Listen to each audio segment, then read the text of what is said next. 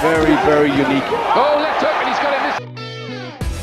Naseem was born in February 1974 in Sheffield, UK. Self-belief. He's been the same now as what he was when he was 7. He used to say to me, I'm going to make you very, very rich. I says, that's very nice. He says, now I'm going to be the best fighter to come out of Sheffield, come out of Great Britain. He says, I'm going to be world champion at any weight. The debut took place in April 1992 at 115 pounds. Ricky Beard, a holder of a losing record, tested Ahmed's ability to take a punch. Very much so. There's that right hand. There's that right hand again. Beard himself could not boast of such a capacity. Right hand knockdown. And fell victim to a body shot in the second round. Good shot. Body shot. Well. Delighted young man doing his flips for all to see. Having gone up to 118 pounds in the 2 subsequent appearances, the Sheffield student was more restrained. Good body shot.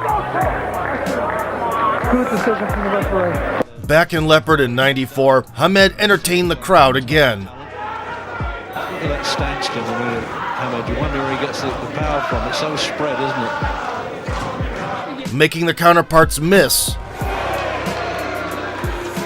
I think the main thing about him, Reg, he's not a puncher any of that. And fall. Oh dear. Let's not say that I blame him. Well, he's rolling about, Reg. In May of 1994, the 20-year-old Brit challenged for the European Championship crown in the bantamweight division. Vincenzo Belcastro was beaten up in a playful manner. So now, let's see if Harassing with single shots and avoiding damage. only fancy touch so far from Rizin, the tassels on his trunks. Ahmed kept blitzing in with flurries like a tornado. Oh, what a good shot. To see him shaking in the opening round, that is news. These shots are getting right. Showing no respect, he pressed Freddie at will.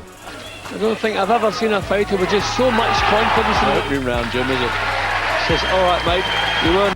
In return, the contest against the unbeaten Dominican with 17 wins, Laureano Ramirez, saw its devastating conclusion in the 9th minute. Possibly a tooth has been loosened with that punch. Straight off. Well, that was his jaw.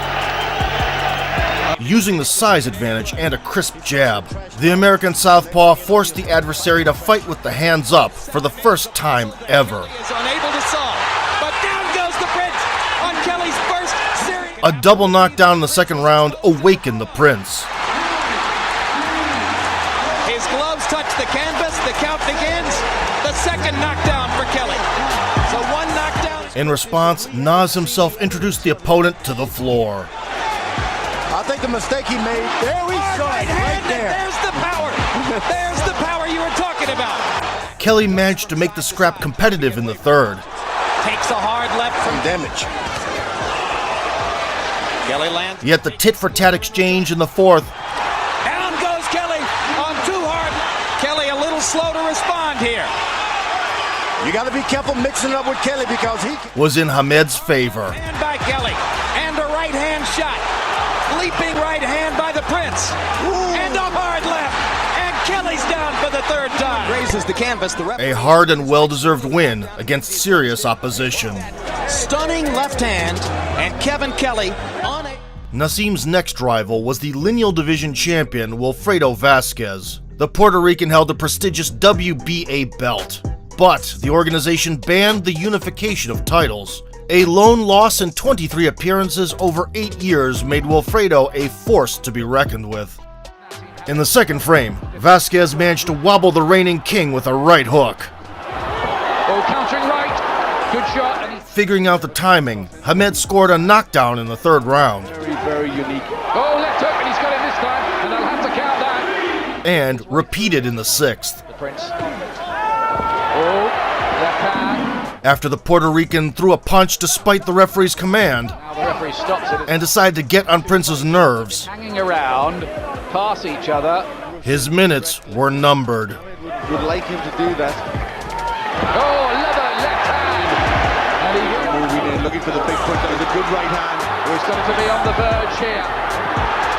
It is stopped in round 7. With a record of 30-0 with 28 knockouts and 11 championship-level victories, the 24-year-old Nas became a global star of the featherweight division. The Brit's declining interest in training was becoming apparent. The behind-the-scenes scandals in his team did not help either. Signing with a new promoter, Naseem also got rid of the long-standing coach, Brendan Ingle. The million-earning prince did not want to give away the 10% due under the old agreement. Despite the positive outcomes, the flaws that had spelled trouble more than once were becoming apparent. Bigger and more patient opponents were able to catch him on exaggerated slips. That is a puzzle that Kelly is unable to solve. An excellent chin and tremendous power helped out. Still, at the highest level, this was not enough. In 2000, Naseem returned to form, but only showed up in the ring twice to defend the lone remaining WBO gold.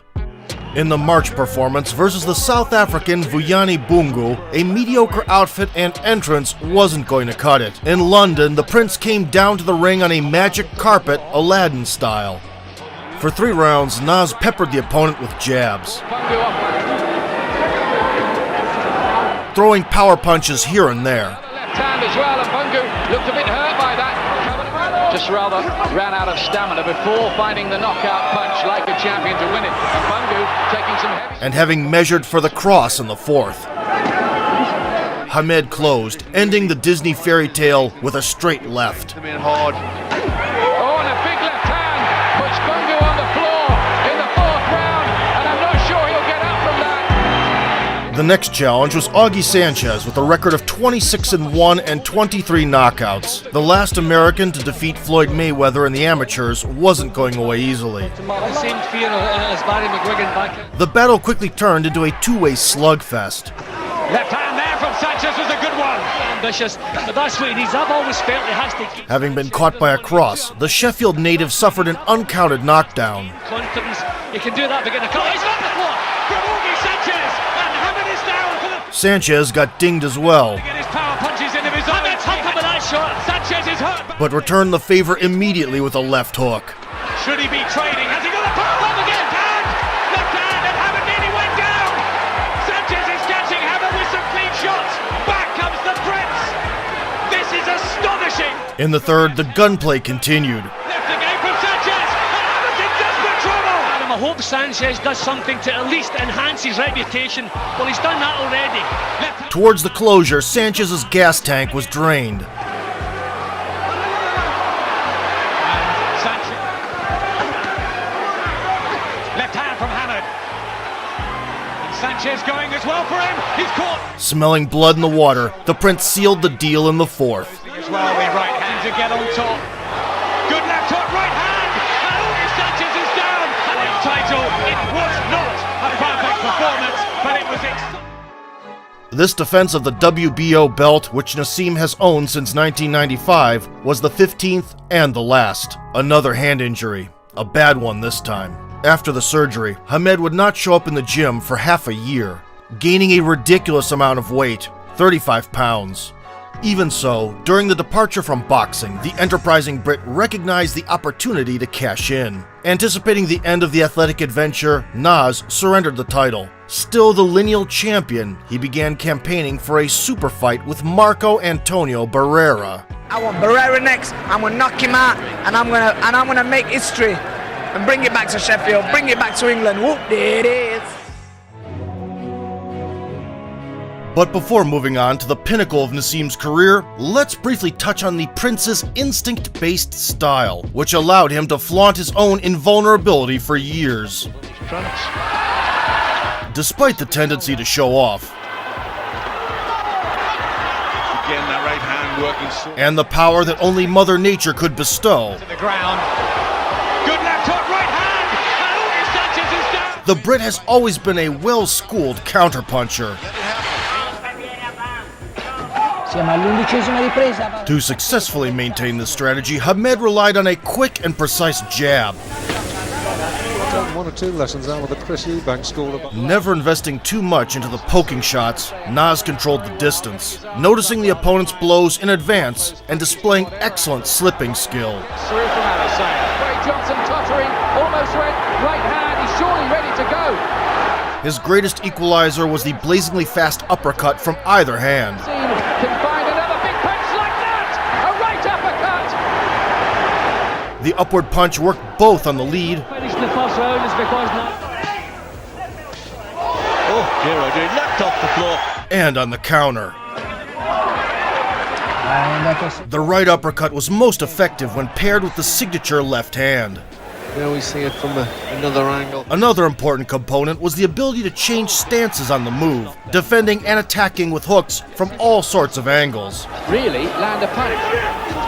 Trying to step it up now. Fast punches, good ones, and he's got him going here. With big right hand, he walked onto that. Molina took those punches extraordinarily well. How is he? If the opponent shells up, the body is always there to be punished. They didn't have another pair of brand new red gloves left. Waldengo got stuck with the. After figuring out the range and the timing, the Prince presented the antagonist with a false target, capitalizing on the predictable reaction. I think the main thing about him, Reg, he's not a puncher. Naseem ringing around this arena. Oh, terrific right hand and then. A real monster who achieved his goal in the ring, forcing rivals to fight with emotion. Leaping right hand by the Prince. And a hard.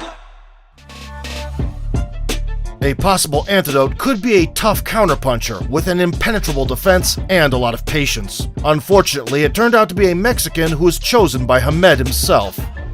The baby-faced assassin scored 38 knockouts in 55 outings, but by that point had already fell short 3 times. At featherweight. Barrera took note of Augie Sanchez's success with a cross and a left hook.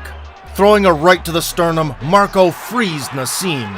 After that, a sweeping blow came in from the left. Look at that. For a second, Glenn. It was a good shot. And Barrera's Liver usually.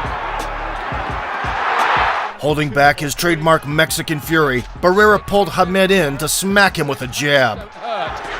Barrera's not going to worry. 3 more. He's all over. In the second round, the Brit wouldn't make adjustments. The clinch was also the Mexican's domain. Missed. And look at that. Oh. Dear, oh dear, oh dear, oh dear. That's world rest. In the second half, the confrontation turned into a game of contrasts and approaches. Will face the Mexican like Barrera. That's what they were asking for. And again, I think that one hit the gloves. The other one might even have done so, but no cut that I can see. Oh, lovely shot. Classic shot. Right. Naseem kept eating damaging strikes. And it has clawed his way back into the argument. Oh, and he's got by another left hand. Closer to the final bell, the Mexican lost his cool and twisted the opponent's arm, which cost him a point. Exactly. It did not affect the result anyway. For so long, he's following the footsteps of Julio Cesar Chavez. It was terrific stuff. But for my money, Naseem Hamed. Not just a defeat, but a humiliation for the hot-headed 27-year-old Akhmat. One judge saw it 116-111, the rest 115-112, which was quite generous. Justice is. The Sheffielder would not accept defeat, blaming the short training camp as well as the horrendous 2-month-long weight cut, and saying that the paycheck pulled him into the ring. Rejecting the contractual rematch with Barrera, Naseem put on boxing gloves for the last time after a year of inactivity. Blue corner. On May 18, 2002, he was confronted by the European champion Manuel Calvo with a record of 33-4. The belt on the line was the same as in the clash with Barrera. Although the Prince captured the title, the unconvincing performance, the non-existent aggression, and the evident lack of drive upset even the most loyal fans. Despite not even looking like a boxer, but more like an artist, Akhmat made an exceptional contribution to the history of the sweet science. Oh dear. At the moment, Naseem's doing what he wants. Right. Leaping right hand by the Prince. And a hard left. Dominating the round so far with a series Pair of of brand new red gloves left. Waldengo got stuck with the. I'm not bragging anything, but I'm too good.